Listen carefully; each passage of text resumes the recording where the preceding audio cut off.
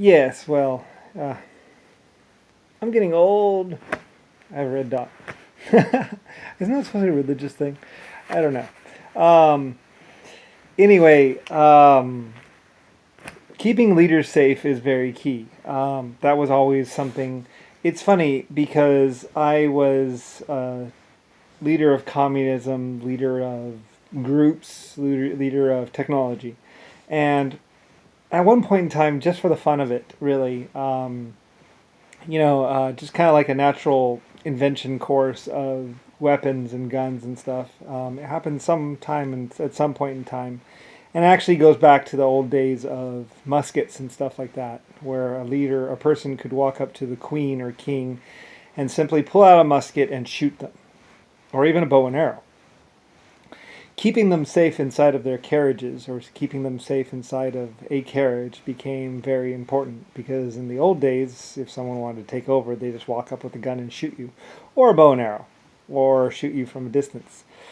It's possible some Indians might have actually done some of that in the past. Who knows? Um, there was some stuff, although Indians actually more took part in the government than anything else, actually, in reality, and actually even learning about America and actually creating it into the way they were. At one point in time, they sent their people to school to learn law and everything, and they found out about me or America or something about what I was doing somehow. Many great people, I guess you could say from the future or the past or something like that, found out about me. Anyway, though, but the need to protect a leader or leaders became very key. I had a unique way of dealing with this as far as armoring and metal or wood or hardwoods to keep my leaders safe, at least for the time in which they were in office. More like an octopus than anything else. One leader that is particularly safe, like a president or whatever. And actually, believe it or not being leader for life actually is more safe than actually being leader for life. It's better to be a leader for a time and then pass that flame on to somebody else. For one thing, you get stagnant after a while. If people, once they've exhausted their immediate ideas or what they think is whatever, they tend to kind of like settle out and settle to the bottom like silt. And it's better to do what you can and then move on than it is to stay in one spot and try and keep power, unless you're really that good of a leader, in which case maybe. But anyway, like I say, being a leader of a group, there's so many people that you have to represent. I mean, miscommunication alone has killed more leaders than anything else. um, so anyway, though, but I had a unique approach going back to the 1950s or 1940s and before, of simply just having an armored coach or a hardwood coach or armored house or something, and then my leaders would be leader for a time, and then they would move on, you know, and basically pursue a general list of what humanity should basically be interested in. And that has more to do with safe drinking water, safe food, and feeding than anything else. Besides, like I say, one miscalculation and all of a sudden half your country is starving, and it's your fault. So being a leader is more than just looking good, making speeches, and saying things. It's really about checking on farms, checking with weather. Is there a backup food supply? Do you have food that will last more than a year? And that was very key. And that's actually what the Egypt had a problem with, Rome had a problem with. Dates were found to be a fairly survivable food, and well as everything, it really came down to how long the food would last and what kind of food would last the longest amount of time and be able to be grown. So, like I say, every empire comes down to food and also distribution of that food. If you do not have that food will be taken from you. Um, anyway, though, I had a unique scientific approach.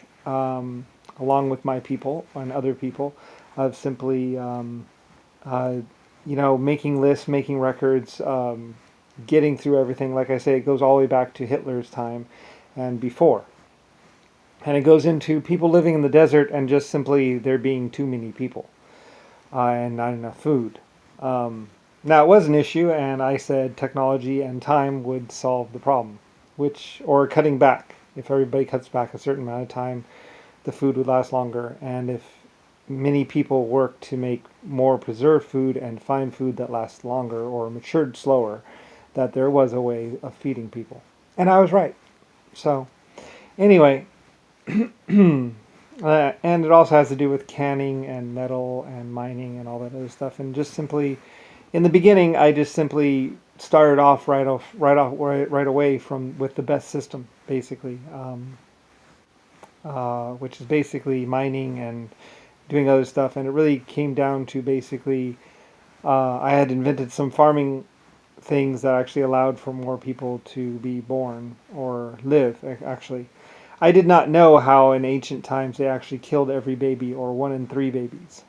And that was a common and normal practice. That's what they did. Like I say, in the past you will find some horrible things. They simply waited for the baby to be born and then they simply just chopped off its head. And that was that. People didn't like it. Nobody liked it. But it's what they did. They did not have contraception. And they just had sex. Some women tried not to have sex because they did not want to have to kill their babies. And in fact, it was a normal tribal routine for you to kill 1 in 5 babies or 1 in 7 babies. And that's what women simply did. Because they knew there was not enough food. Some tribes would do other things.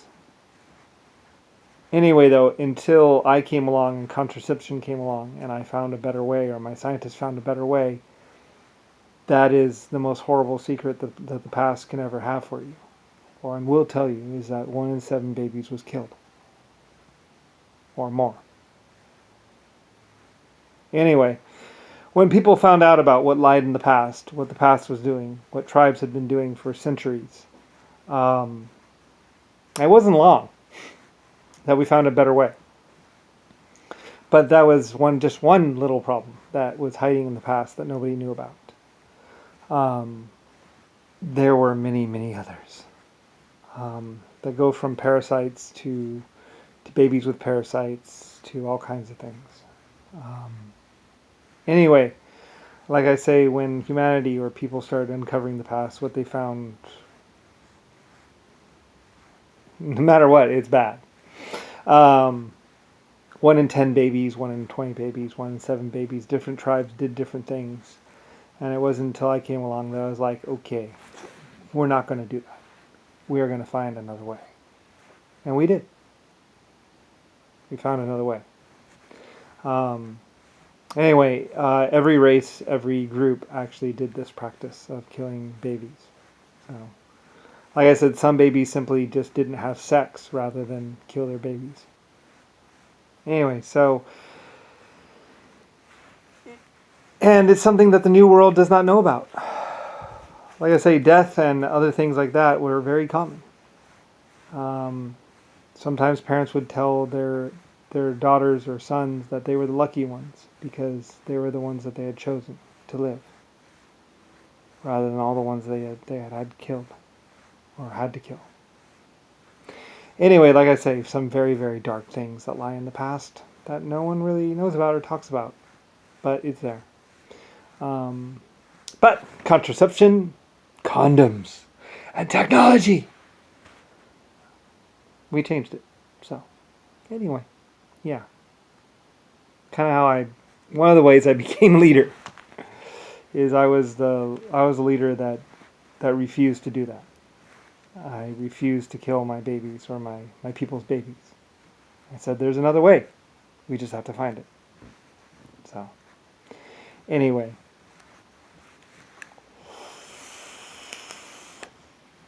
Yep. Lots of very interesting things, I know. It all goes into who blue or red or black, white star, Lucifer, who I was. I was once the leader that refused to have his people kill his children. I said we will just simply not have sex or we will find another way. So anyway, it was hurting my people and causing them problems.